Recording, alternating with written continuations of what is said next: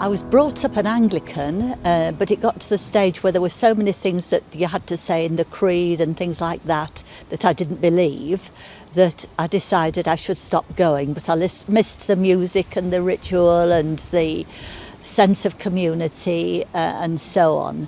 And I called myself an atheist for years and years and years, but I knew that there was a huge part of my life, the spiritual dimension, that wasn't being cared for properly. And I went to a Unitarian funeral, and for the first time I wasn't mentally arguing with the minister, and I thought, I think I could cope with this, and so that's how it started for me. I'm Stuart Cook, and I found this little chapel quite by accident. I had a little music group, and I was looking for somewhere to rehearse. And I saw this little chapel, the lights were on outside, and I walked in. And in the corner there was a lady playing the piano and another lady singing. And I stood transfixed in the foyer listening. I picked up some literature. And from that literature, I began to realise there was something in this little chapel that I hadn't realised. The spirituality of it, the beauty of the place, and its warmth. And from that day, which was 30 odd years ago, I've got involved with the Unitarians, and I've had immense amount of pleasure in coming here. My name's Cherry Dodd.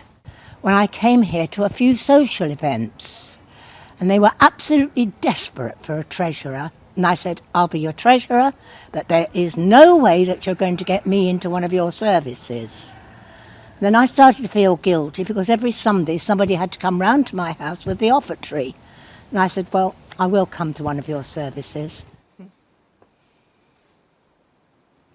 My name's Malcolm Burns. I'm the chairman here for my sins here at Warwick. I first came to Warwick about 10 years ago when I retired from a bit further north, and it was the first time I'd been able to come to a Unitarian chapel on a regular basis for 30, 40 years, because actually I'm a cradle Unitarian.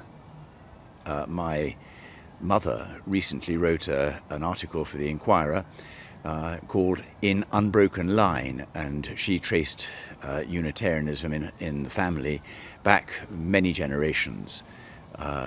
The well-known minister in the 19th century, Robert Spears, who was the founder of Channing School, or one of the founders of Channing School, he was my great-great uncle, and in fact I look very much like him when I wear a beard, I may say. And there have been Unitarians in our family right the way through, so I am a cradle Unitarian.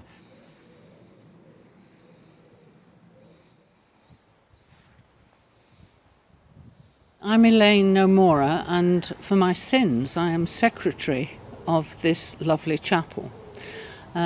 I love coming here. It's a second home to me because it's, as you can probably see from the film, it is such a beautiful place. Lovely garden and lovely interior to the chapel. My father did a family tree many years ago, and to our surprise he traced Unitarianism back to the very, very beginnings, because the original family Unitarians were mill workers in Lancashire and Yorkshire, and the owners of the mills were usually nonconformists, either Quakers or Unitarians, and the mill workers had to follow the lead of the mill owner. So our family became Unitarian at that point. But strangely, really, it's the denomination that suits me better than any other. And I think it's the denomination that actually would suit most people, but unfortunately people don't know about it. I've travelled a lot in the Far East and spent a long time living in the Far East. When I was there, I became interested in Buddhism, in reincarnation and karma. When I came back to England, I felt a little bit isolated at first because of these unconventional beliefs of mine, and I found that with Unitarianism I could carry these beliefs with no interference whatsoever. Everybody's accepted, everybody's philosophy is accepted, and that's what I like the most about it. I love freedom, liberty, and I love the fact that I can worship here with my own beliefs and my own philosophy.